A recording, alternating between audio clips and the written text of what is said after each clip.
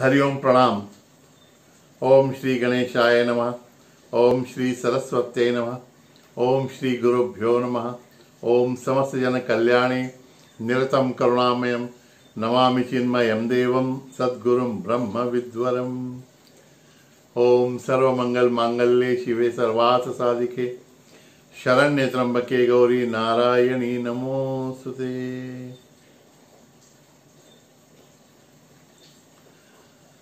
मित्रों, कैवल्योपनिषद में हम उस मंत्र तक पहुंच गए थे जिसमें सद्गुरु जीवात्मा के जीवन का वर्णन करेंगे, उसकी जीवनी का, उसकी दिनचर्या का वर्णन करते हैं। देखें,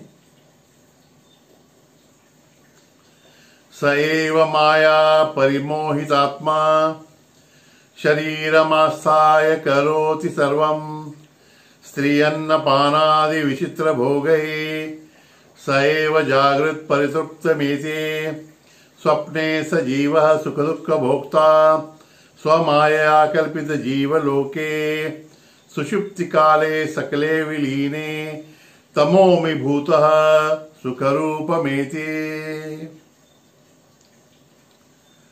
स एव माया परिमोहित आत्मा है, तो वो आत्मा लेकिन माया से मोहित होकर स्वयं को जीवात्मा बना लेता है और फिर सुख प्राप्ति के लिए तीनों अवस्थाओं में, जागृत, स्वप्न और सुषुप्ति में, निद्रा में क्या क्या करता है। तो कहते हैं, जागृत अवस्था में स्त्री अन्नपान, इनके माध्यम से वो सुख प्राप्ति करते हैं, ठीक है।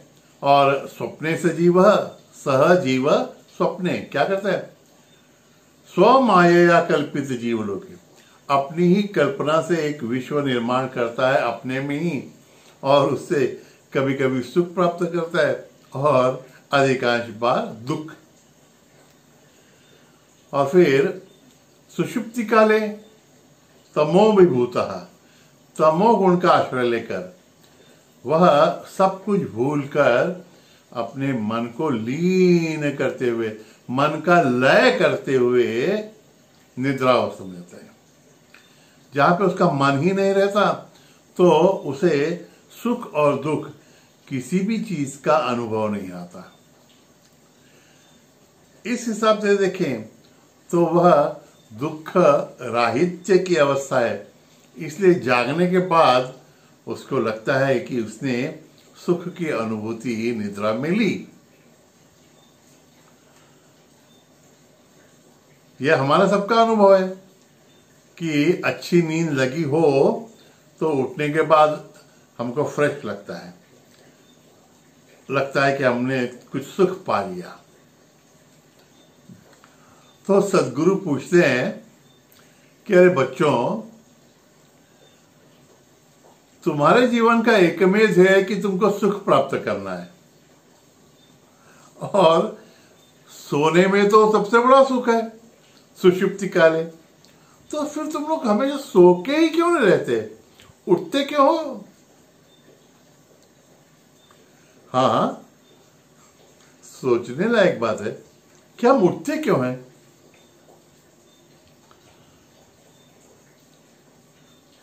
तो चिंतन करके हम सोते क्यों हैं, चिंतन बड़ा आवश्यक है, थोड़ा गहन है, धीरे धीरे करें, क्योंकि इस निद्रा के चिंतन में आगे बढ़कर मृत्यु का भाग भी आने वाला है, क्योंकि मृत्यु भी तो थोड़े ज्यादा काल के लिए निद्रा ही है, और निद्रा भी क्या, थोड़े से छोटी सी अवधि के लिए मृत्यु ही है। देखिए ना, तो पहले हम सोचे कि हम सोते क्यों हैं। हमने पहले भी थोड़ा चिंतन में देखा है कि हम यह शरीर नहीं है,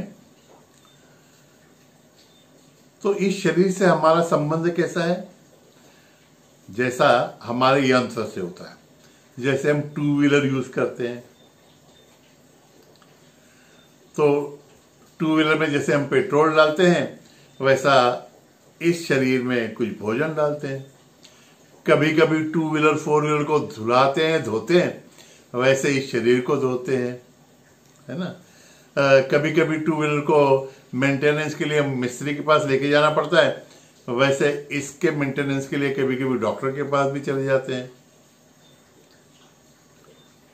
और कुछ लोगों को उनकी 2 व्हीलर 4 व्हीलर के बारे में इतना प्रेम रहता है, पूछिए मत, किसी को हाथ भी लगा नहीं देंगे। वैसे ही हम सबको हमारा शरीर भी बहुत प्यारा लगता है।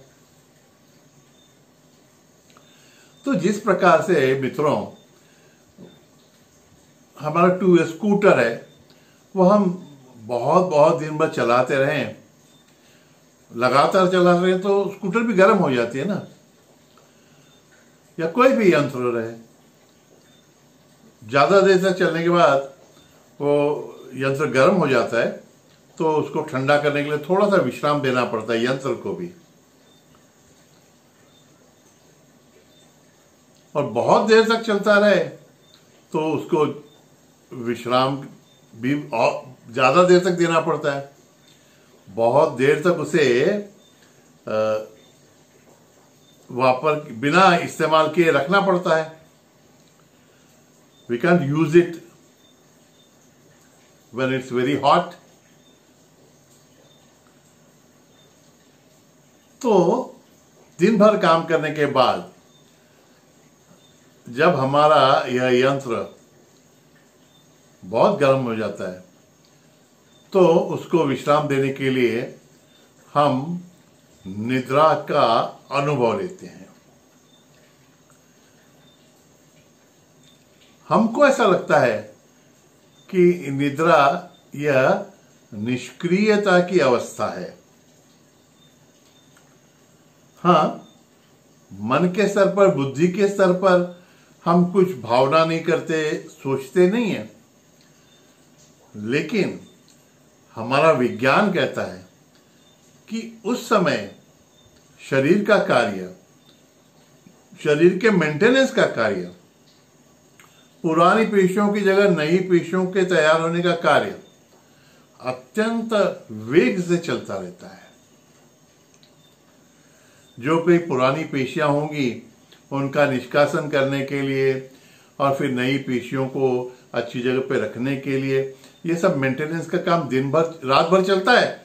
तो फिर हम दिन में सवेरे जब जागते हैं तो फ्रेश महसूस करते हैं, और फिर हमको लगता है कि हाँ, रात को हम सोए थे, इसलिए हमको अभी सुख की अनुभूति आ रही है। और मेंटेनेंस अच्छा हो गया रहता है तो यंत्र भी वापस अच्छी तरह से चलने लगता है। तो ये निद्रा हो गई। लेकिन कोई भी यंत्र, अब थोड़ा सा हम लोग गंभीर चर्चा की ओर जा रहे हैं। कोई भी यंत्र इस प्रकार से कितने दिन चलेगा? उसको दिन भर चलाओ, रात भर रख दो, फिर दूसरे दिन चलाओ, कितने साल चलेगा? कोई भी 2 व्हीलर 10-15 साल अच्छी तरह से, 15-20 साल और अच्छी तरह से, 4 व्हीलर भी।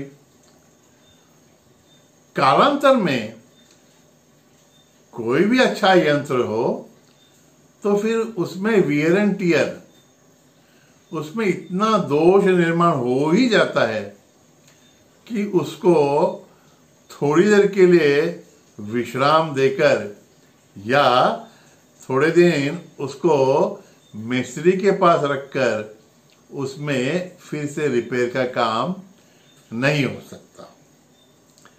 फिर ऐसी अवस्था में हम क्या करते हैं उस यंत्र को? एक तो फिर कबाड़ी को देने की अवस्था आ जाती है, या फिर बेच देते हैं, किसी को चाहिए होगी तो।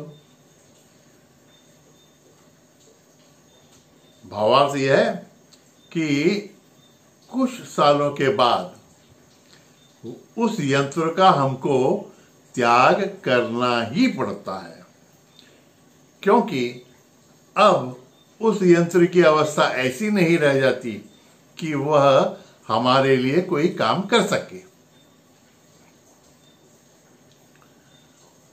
मित्रों, हमारे शरीर की भी यही अवस्था है।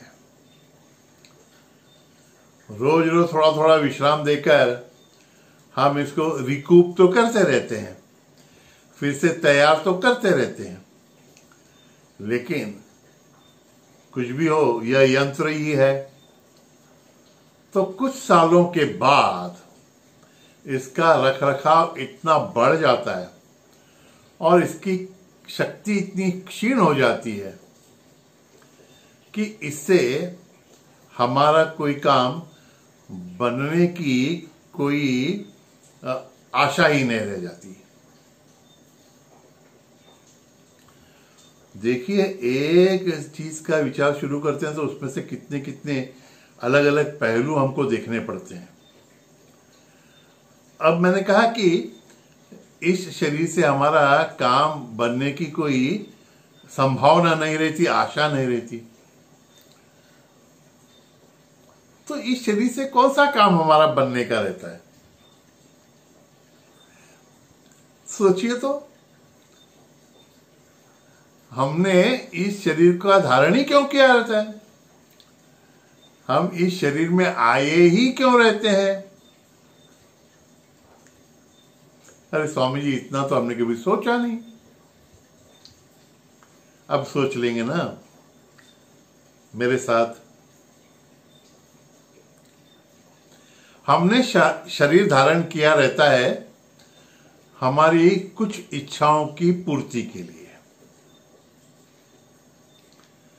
ये इच्छाएं, वासनाएं कहां से शुरू हुई, उसका विश्लेषण ज्यादा नहीं करेंगे, बस इस देह के धारण के बारे में सोचेंगे। हमारी कुछ इच्छाएं, वासनाएं हमारे पूर्व कर्म के फल के रूप में निर्माण हुई होंगी।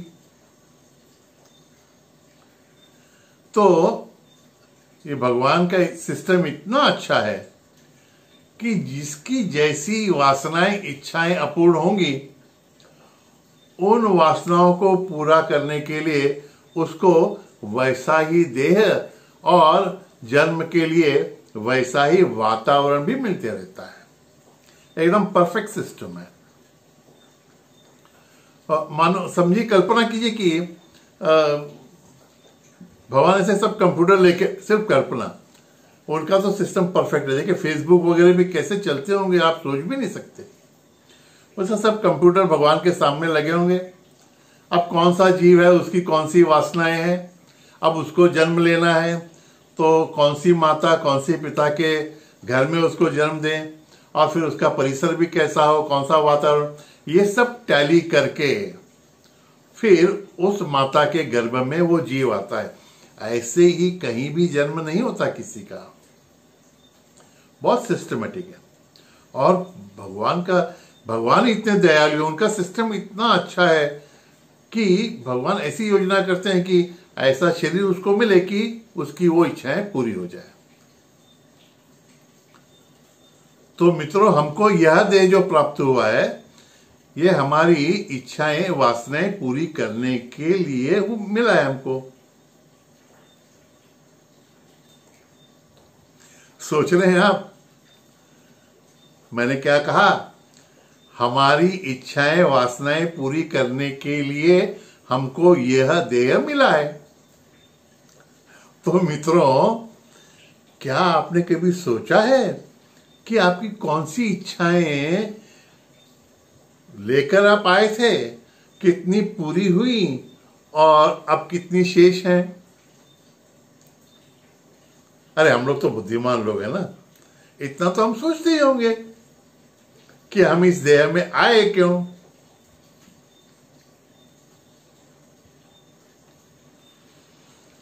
और गंभीरता से विचार करें तो मेरे कई मित्रों ने तो सोचा ही नहीं होगा कि मेरी कौन सी इच्छाएं मैं लेकर आया था और अब कौन सी इच्छाएं शेष हैं।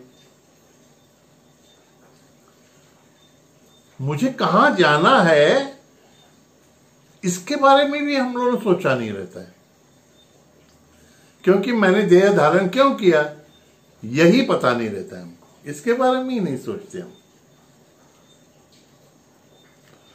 और दुविधा यह है ना मित्रों कि पहले की वासनाओं को खत्म करने का प्रयत्न करने के बजाय हम लोग नई नई वासनाओं को और इकट्ठा करते रहते हैं। तो अगर पहले 50 वासनाएं होंगी तो अभी 100 वासनाएं हमारी हो गई होती, और फिर अलग अलग वासनाएं। सोचिए ना, कल तक जो हमारे कोई पिछले जन्म तक कोई भी नहीं थे, वो उनके बारे में तो अभी इतना प्रेम निर्माण हो गया है। इस शरीर को धारण करने के पहले तो उनसे परिचय भी नहीं था, लेकिन अभी वो पति हो गए, पत्नी हो गई हैं, बाल बच्चे हो गए, मित्र हो गए, ये तो जीवित हो। और घर भी, घर गाड़ी बंगला, इन सब से, अरे कुत्ते बिल्लियों से भी तो इतना प्यार हमको हो जाता है। ठीक है ना, जीव ही है ना वो तो उनके बारे में वासनाएं निर्माण हो जाती है हमको, उनको छोड़ने की इच्छा नहीं होती है कभी। उनसे भी आनंद प्राप्त करने का प्रयत्न हम हमेशा करते रहते हैं। तो मित्रों, यह देह तो धीरे धीरे क्षीण होते ही जा रहा है, क्योंकि शरीर का धर्म ही है वह। और कभी मैंने इसमें चर्चा भी की होगी कि शरीर इतना क्षीण हो जाता है कि भगवान बोलते हैं कि बच्चा, अब इस शरीर में तेरी वे सभी वासनाएं पूरी नहीं हो सकती, तो छोड़ दे ये शरीर, मैं तुझे नया शरीर दूंगा। कितनी कृपा है देखिए भगवान की। ये तो हम समझते नहीं है। नहीं बोलते मुझे मरना नहीं है। अरे मरना नहीं है तो फिर वासनाएं क्यों जमा कर देते हम? मरने की इच्छा नहीं है, मरने की तैयारी नहीं है, इसका मतलब ही ये सब छोड़ने की तैयारी हमारी नहीं है। छोड़ने की तैयारी नहीं है इसका मतलब आसक्त हो गए हम इनमें। कहते हैं कल तक जो बेगाने थे जन्मों के मीत हैं।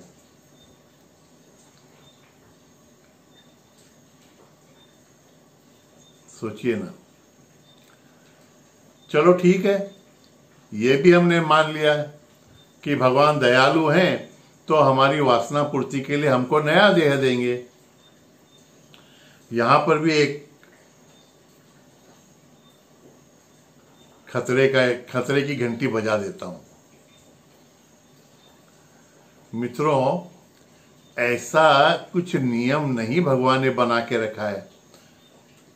कुछ लोग कहते हैं लेकिन ऐसा नहीं है कि एक बार मनुष्य जन्म प्राप्त हो गया तो उसके बाद में हमेशा मनुष्य का ही जन्म मिलेगा। इसमें भगवान का नियम कुछ नहीं। भगवान बोलते तुम्हारी जैसी वासनाएं होंगी वैसे। तो अगर हमारी वासनाएं पशुओं की तरह होंगी ना, जिसमें पशु की तरह माने we just follow our instinct, मन में आ गया वो कर दिया, विवेक नहीं, विचार नहीं, कुछ नहीं, सिर्फ शरीर के स्तर पर ही रहना, खाना पीना मौज करना, यही इच्छाएं रह गई होगी तो पशु का जन्म लेना पड़ेगा। और एक उदाहरण सिर्फ हमारे स्वामी जी भी देते थे, बताता हूं। कहते हैं घर में समझो बहू है, सास है, सिर्फ उदाहरण दे रहा हूं। तो अगर छिप छिप कर दूध पे की मलाई खाने की इच्छा होती होगी ना, रह गई होगी ना, छुप कर दूध पीने की इच्छा हो गई होगी ना, तो मरने के बाद बिल्ली का जन्म मिलता है बोलते हैं। और छिपकर दूसरों की बातें, दूसरे कमरे में क्या चल रहा है, सास क्या बोल रही है, बहू क्या बोल रही है, बेटे की क्या चर्चा चल रही, ये सुनने की बहुत इच्छा और आदत रहेगी तो छिपकली का जन्म मिलता है। या तो फिर नॉनवेज खाने की बहुत इच्छा रहेगी होगी, तो फिर बाघ और शेर ऐसी योनि में जन्म मिलता है जिसमें सुबह ब्रेकफास्ट को नॉनवेज, लंच को नॉनवेज, डिनर को नॉनवेज।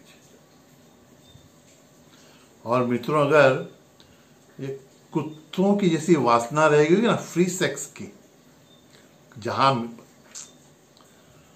तो कुत्तों का जन्म भी हो सकता है।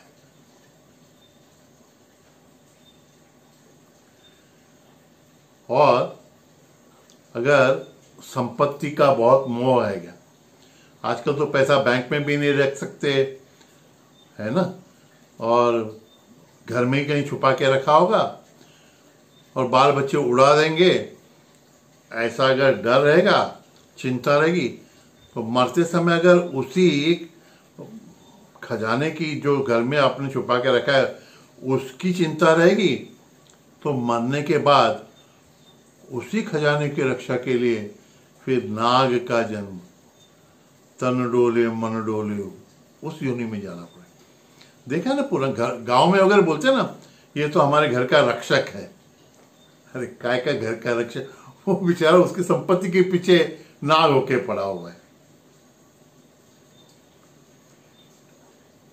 तो मित्रों, जब इस शरीर का रिपेयर मेंटेनेंस नहीं हो सकता, तब हम जब सोते हैं तो फिर इस शरीर को ही छोड़ के जाना पड़ता है, और फिर उसकी यात्रा, जीवात्मा की यात्रा हमारी शेष वासनाओं के अनुसार निर्धारित होती है। और फिर एक ही नहीं, बार बार जन्म लेना पड़ता है, बार बार मरना पड़ता है। और देखिए आपके आसपास कुत्ते बिल्लियों की क्या क्या हालत होती होगी ना।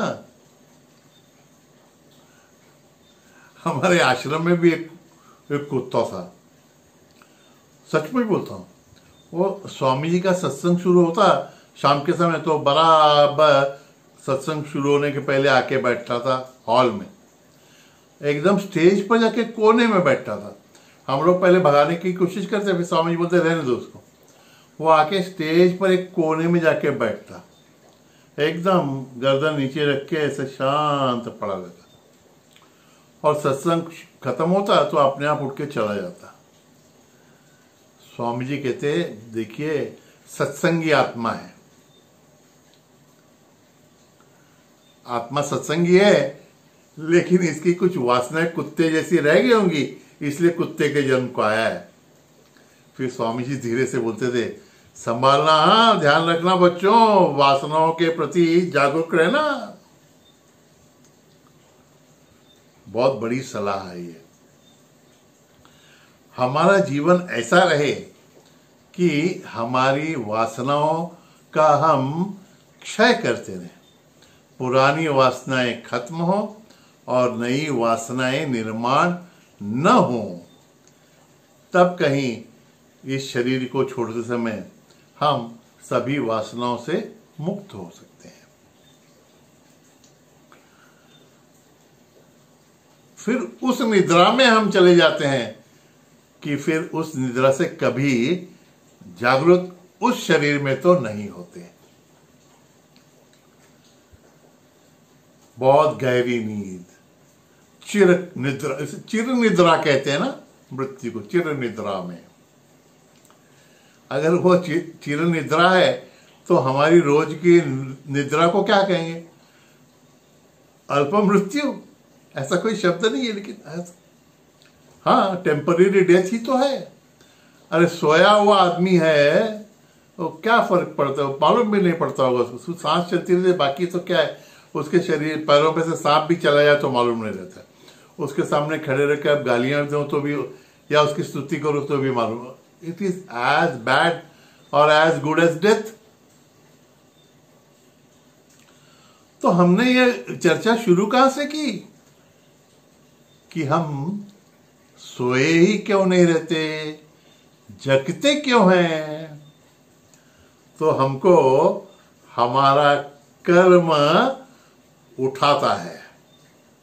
हमारे कर्मों के, पिछले कर्मों के फल जिनको भोगना हमारे लिए इस शरीर में शेष रहा होता है, उन सभी कर्मों को भोगने के लिए उस सुख कारक निद्रा से भी हमको जागृत होना पड़ता है। लेकिन सुबह उठने के बाद कम से कम इतना तो ध्यान रखना चाहिए कि भाई आज मैं ऐसा व्यवहार करूंगा कि आज मेरी वासनाएं कल से थोड़ी कम हो, कोई भी नई वासना को मैं पिक अप नहीं करूंगा।